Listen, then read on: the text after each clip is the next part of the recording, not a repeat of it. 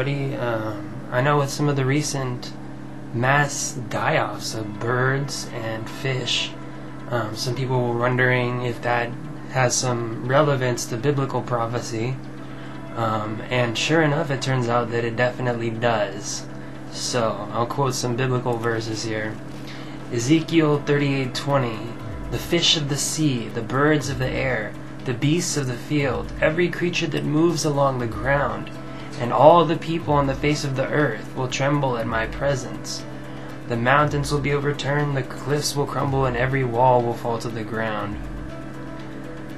Zephaniah 1-3, "I will sweep away both men and animals. I will sweep away the birds of the air and the fish of the sea.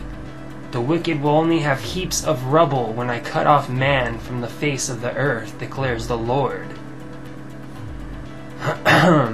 Hosea 4-1-3, "Hear the word of the Lord, you Israelites, because the Lord has a charge to bring against you who live in the land. There is no faithfulness, no love, no acknowledgment of God in the land. There is only cursing, lying, and murder, stealing, and adultery. They break all bounds, and bloodshed follows bloodshed. Because of this the land dries up, and all who live in it waste away. The beasts of the field, the birds in the sky, and the fish in the sea are swept away." So what this is basically saying is that we are getting our karma.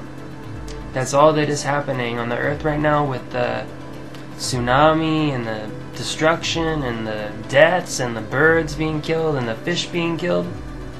Don't blame God, blame ourselves.